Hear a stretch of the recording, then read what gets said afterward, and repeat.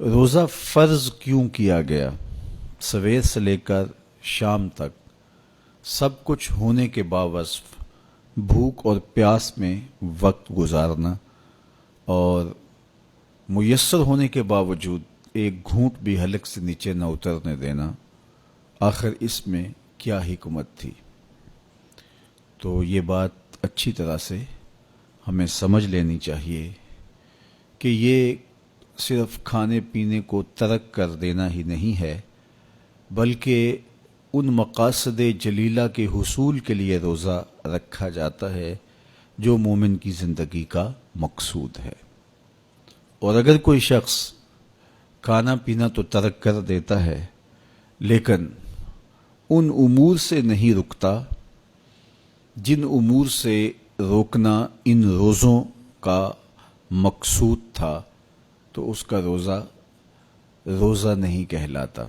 میرے اور آپ کے آقا و مولا حضور نبی رحمت صلی اللہ علیہ وآلہ وسلم نے ارشاد فرمایا، من لم یدع قول الزور والعمل به فلیس للہ حاجۃ فی ان یدع طعامہ وشرابہ۔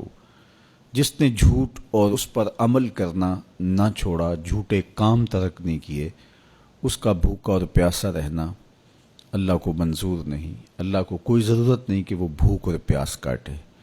روزے میں تو ان امور سے بھی روک دیا گیا جو امور عام زندگی میں جائز تھے، جو مشروع تھے، مباح تھے، لیکن روزے میں ان جائز مباح امور سے بھی منع کر دیا گیا۔ طیب اور طاہر کھانے، خوبصورت مشروب، ان سے روک دیا گیا۔ آپ آب زمزم بھی نہیں پی سکتے جبکہ وہ متبرک پانی ہے۔ شہر مدینہ میں بیٹھ کر شہر مدینہ کی پکی ہوئی کھجوریں بھی آپ نہیں لے سکتے، اس لیے کہ آپ روزے سے ہیں۔ تو روزے میں آپ کو متبرک چیزیں کھانے سے بھی روک دیا گیا، متبرک مشروب پینے سے بھی منع کر دیا گیا۔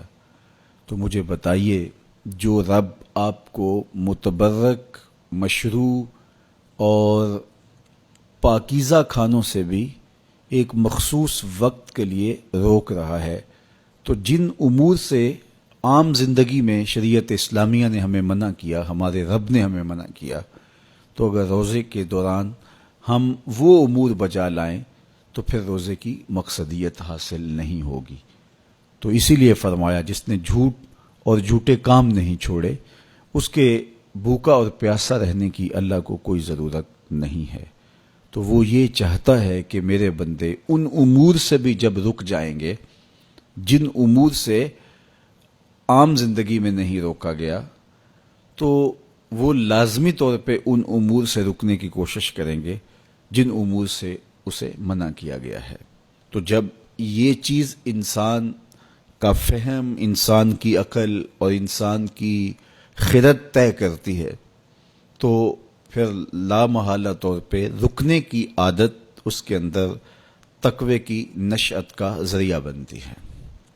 آپ نے عمومی طور پہ دیکھا ہوگا کہ رمضان المبارک کا ماہ نور جب اختتام کو پہنچتا ہے، ہمارے سامنے عید کے 2-4 دن بھی یہ مشق رہتی ہے، اچانک کوئی مشروب آیا اور پینے لگے تو رک گئے، وہ کہیں ہمارا روزہ تو نہیں، لیکن پھر خیال آتا نہیں ہم روزے تو نہیں ہیں، آج تو عید کا دن ہے، تو ہم پی لیتے ہیں۔ چونکہ پورا مہینہ دن بھر ہم مشروبات سے رکے رہے اور آج بھی دن کے اجالے میں ہمیں پانی دیا گیا تو ایک دم ہمیں جھجک پیدا ہوئی، لیکن پھر ہمیں یاد آیا کہ اب روزے بیت گئے ہیں اور میں روزے سے نہیں ہوں۔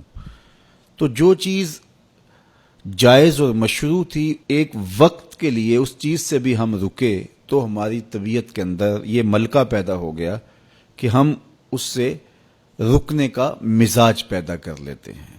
تو اگر ہم ان امور سے رک جاتے ہیں جن کو شریعت اسلامیہ نے منع کیا ہوا ہے، تو پھر دوبارہ جب اس کو کرنے لگتے ہیں تو پھر ہمارا ہاتھ بھی رکے گا، اور پھر ہم مستقل اپنے ہاتھ کو روک سکتے ہیں کہ ہاں میاں، یہ روزے میں بھی چیزیں منع تھیں اور روزے کے بعد بھی یہ چیزیں ہمارے اوپر منع ہیں۔ تو ایک ملکہ پیدا ہو جائے گا ان امور منہیات سے رکنے کا، ان سے باز رہنے کا۔ تو گویا یہی تقوی ہے کہ جو اللہ جل شانہ نے ہمارے اوپر حرام کیا ہے اس سے ہم رک جائیں، جس کام کے کرنے کا حکم دیا ہے اس کام کو ہم بجا لائیں۔